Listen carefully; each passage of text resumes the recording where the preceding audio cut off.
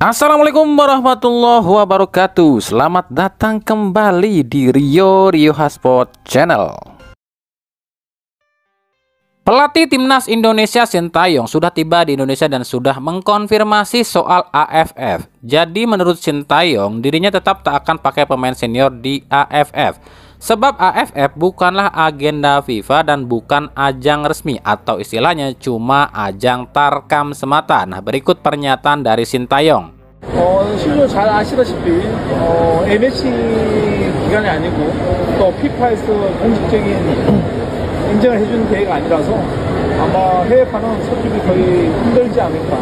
녹화 선수 위주로 팀을 꾸려야 될 부분이 상당히 지금 높다고 생각합니다. 그래서 사실은 우리가 A 대표를 사실은 가지고 나갈 수 없는 상황이 생긴다고 보시면 되겠습니다. Nah, ini akan menarik sebab kita tahulah masih ada sebagian warga kita ini yang masih sangat berharap Indonesia meraih gelar Piala Ciki. Ya gengsi katanya, masa tim round 3 nggak pernah juara AFF sih? Kalau pendapat kami pribadi ya, ajang AFF ini tuh sebenarnya bisa jadi ajang pembuktian bagi para pemain murni lokal kita yang katanya ngakunya 11-12 kualitasnya dengan pemain diaspora. Dilatih oleh pelatih yang sama, apakah kemampuannya akan sama dengan pemain diaspora? Jika ternyata di AFF para pemain lokal murni kita ini nggak bisa sebanding dengan pemain tim Piala Dunia, ya wis, berarti no debat lagi dong ya. Kalau emang timnas kita ini wajib nambah pemain diaspora, gitu aja sih. Jadi ini sebagai ajang pembuktian aja, bener nggak tuh kualitas pemain lokal kita ini bisa setara atau mungkin 11-12 dengan pemain diaspora. Jadi buat kalian para pemain yang saat ini main di Liga 1 dan Liga 2, khususnya pemain lokal murni ya, sekarang saatnya tunjukin kemampuan kalian di Liga agar dipilih ke, ya meskipun Nova Arianto selaku asistennya dari Sintayong ini udah bilang kalau pemain yang akan dipakai di AFF sudah dipilih, dan kebanyakan masih para pemain yang sudah biasa bermain bersama Sintayong. Tapi Nova pun tak menutup kemungkinan jika akan ada tambahan pemain. Jadi buat kalian para pemain yang saat ini main di Liga 1 atau Liga 2, ya siap-siap aja ya. Asah kemampuan kalian, tunjukkan bakat kalian, dan tunjukkan kemampuan kalian supaya nantinya siapa tahu dipilih oleh Sintayong untuk masuk ke AFF. Berdasarkan dari ucapan dari Nova Arianto ya, yang bilang para pemain di AFF adalah pemain-pemain yang sudah terbiasa bersama Sintayong, maka berikut kemungkinan skuad timnas Indonesia untuk AFF. Kiper itu ada Nadeo, Hernando Ari, dan Adi Satrio. Back itu ada Wahyu Pras, Rizky Ridho, Ferrari, Pratama, Asnawi, Komang Teguh, Alfreanda Dewangga, Rio Fahmi, Fajar Faturrahman, Bagas Kava, dan Edo Febriansa. Sementara di gelandang ada Arkan Fikri, Maklok, Irianto, Marcelino Ferdinand, Raihan Hanan, M. Taufani, Kambuaya, dan Duo Sayuri. Sementara di depan ada Egy Maulana Fikri, Witan Sulaiman, Ramadan Sananta, Hoki Caraka, Dimas Derajat, dan Doni Tripamungkas. Kalaupun nantinya Sintayong akan pakai pemain diaspora ya, kemungkinan pemain-pemain yang memang nggak lagi ada jadwal di liga luar ya, seperti Justin Hubner dan juga Nathan Choaon. Tapi kita tunggu aja nanti nih, skuad resminya di launching oleh Sintayong di bulan Desember nanti ya.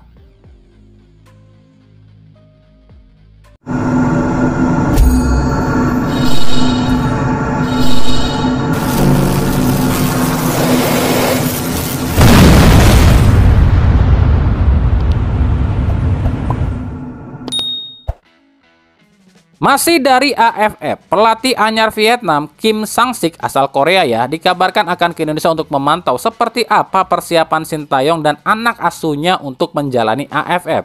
Tapi setelah mendengar Sintayong cuma akan pakai pemain timnas U22 di AFF, Sang-sik pun akhirnya kabarnya sih batal buat ke Indonesia nih. Menurut Sang-sik, di Indonesia ini terlalu banyak pemain naturalisasi sehingga mereka ini nggak khawatir lagi kalau misalnya di AFF Sintayong cuma pakai pemain U22. Sintayong sendiri mengaku nggak masalah kalau Kim Sang-sik ini ke Indonesia dan memata-matai timnas Indonesia, sebab menurut STY itu adalah hal yang wajar dan memang tugas seorang pelatih. Nah, buat kalian mungkin belum banyak yang tahu ya siapa sih Kim Sang-sik ini. Kim Sang-sik adalah mantan gelandang timnas Korea Selatan di periode 2000 sampai 2012, alias dia ini adik kelasnya Shin Tae-yong di timnas Korea Selatan ya. Kim ini tuh satu angkatan dengan Park Ji-sung.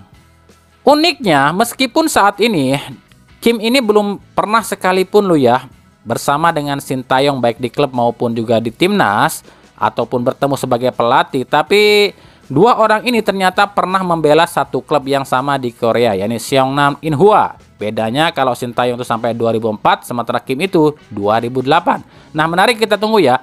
Jika dua mantan pemain timnas Korea Selatan ini beradu dalam satu ajang yang sama.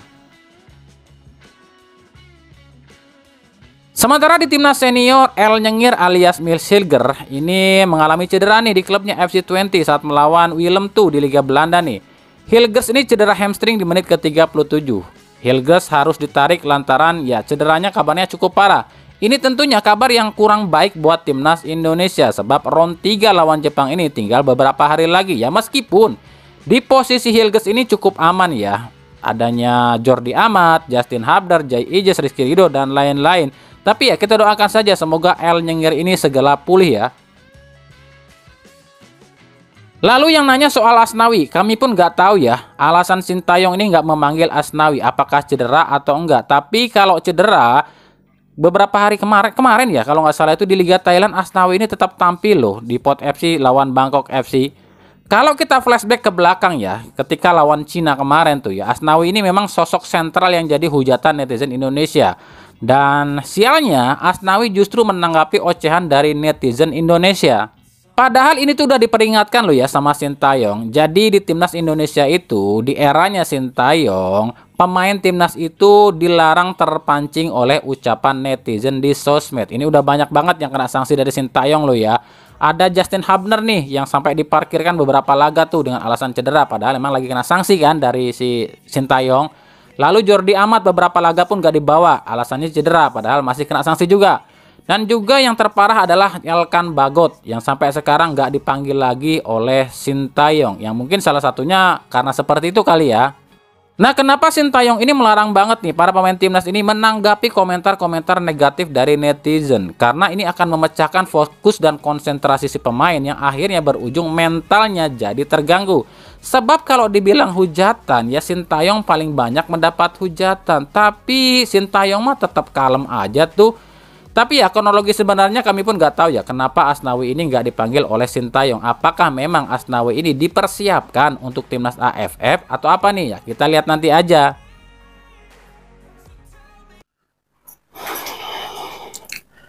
Oke, sebelumnya kami akan coba mengklarifikasi dulu apa yang terjadi di video yang ini ya, semalam kami upload itu. Kenapa di situ ada terjadi kurang enak mungkin pendengaran kalian, ada suara double-double ya. Jadi gini. Kronologinya adalah kami itu sebenarnya upload video itu jam 8 malam. Tapi, dan durasinya itu sebenarnya 20 menitan ya. Tapi ketika kami upload, itu kami langsung dapat teguran dari pihak YouTube. Karena dianggap ada hal-hal yang berbau politik, ataupun berbau kontroversi, ataupun mungkin sedikit, bahasa yang mungkin agak menyudutkan pihak-pihak tertentu di sini. Kami kan, sebenarnya video itu video buat AFC sih ya.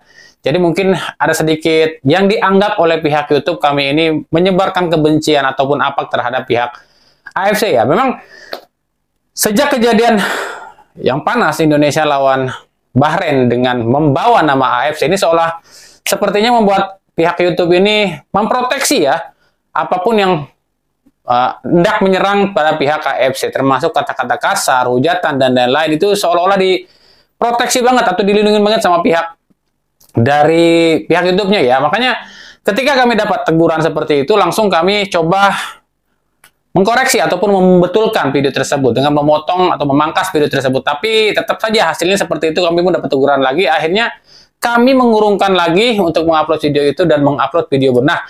Lantaran waktu itu udah malam, hujan juga di tempat kerja kami ya. Saya kurang fokus dan ngantuk juga ya. Jadi ada audio yang tertimpa ya. Oke, jadi kami mohon maaf ya soal kurang nyamanan di video kami yang ini, karena memang malam lah manusiawi, karena udah malam banget juga, udah ngantuk juga sayanya, jadi nggak terlalu fokus. Oke, itu ya penjelasan kami ya. Jadi video yang terpotong itu sebenarnya video buat AFC sebenarnya ya. Seperti itulah kenyataannya. Oke, Maaf banget ya, makasih udah mengerti ya. Oke, lanjut, kita akan coba menganalisa beberapa momen yang terjadi di Liga 1 di pekan ke-10 ya. Salah satunya ada di laga antara Borneo FC lawan Dewa United. Ini soal kartu merah Alexis Mesidoro di menit ke-23 atau 26 lah.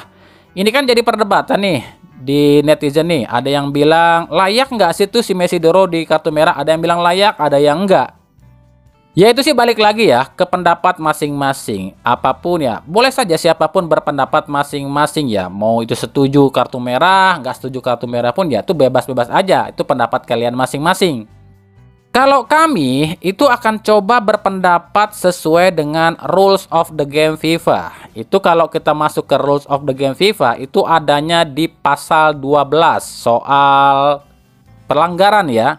Jadi di pasal 12 itu tertulis, setiap pemain yang melakukan tindakan mencederai lawan disengaja atau tidak, atau ada niat mencederai lawan, hukumannya jelas, kartu merah. Nah sekarang kita lihat di pertandingan ini, di insiden ini ya. Yang pertama, apakah Mesidoro berniat mencederai lawan? Jawabannya tentu tidak kan, sebab ini ketidaksengajaan. Tapi apakah kaki Mesidoro kena kaki pemain Borneo FC? Jawabannya ya. Jadi meskipun Mesidoro ini tidak berniat mencederai lawan, tapi ada gestur ataupun gerakan ataupun tindakan yang seolah-olah ingin mencederai lawan, ini udah kena nih, namanya kartu merah. Jadi di sini Mesidoro ini meskipun dia sengaja atau enggak, tapi tetap dilihatnya potensial mencederai lawan.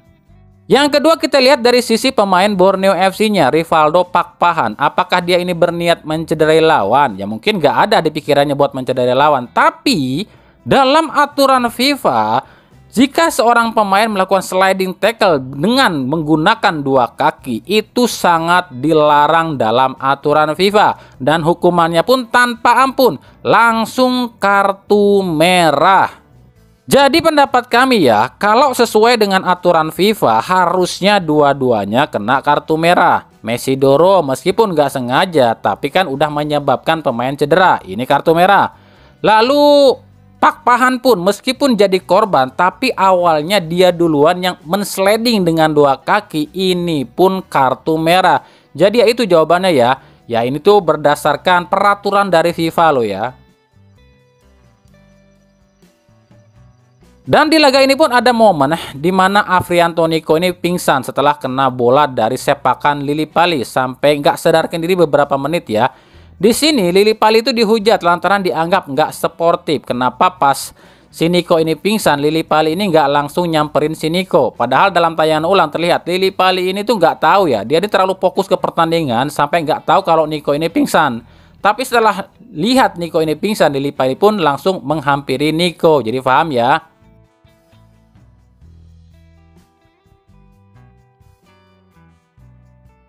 Dari Persebaya, ini Persebaya nasibnya hampir sama dengan Persib, serupa tapi tak sama ya. Yani sama-sama di puncak tapi untuk sementara. Usai menang tipis 0-1 dari PSIS dengan gol tunggal dari Ucok, Persebaya memang menggusur Persib di puncak klasemen.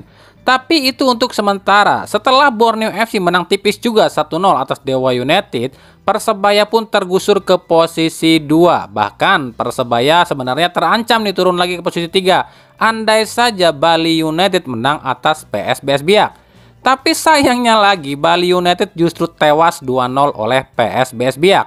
Yang membuat posisi klasemen sementara itu adalah Borneo FC, Persebaya, Persib, dan Bali United.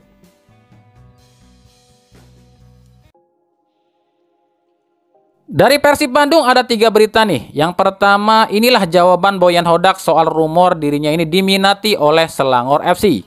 I know every time when they change coach, there is rumor that I will go. I have contract here, so that's it. Yang kedua, Dimas Derajat dipastikan akan absen selama 3 laga di ACL 2 akibat hukuman AFC atas insiden tandukan pada bek LCS. Dan Dimas pun didenda uang sebesar 23,7 miliar. Nah ini pun jadi perdebatan sekarang nih, sebab ada perbedaan hukuman yang diterima oleh Dimas dengan yang diterima oleh Bart Ramselar dari LCS. Dua pemain ini sama-sama kartu merah dan lakukan pelanggaran yang keras, tapi hukumannya beda yang diterima antara Dimas dengan Bart Ramselar. Bartram Salar itu cuma disanksi larangan 2 kali tampil dan denda uang cuma 5 miliar aja. Padahal di situ udah terlihat banget ya potensial mencedera lawan itu sangat besar. Tapi ya kalian tahulah sikap AFC pada Indonesia sekarang kayak gimana ya.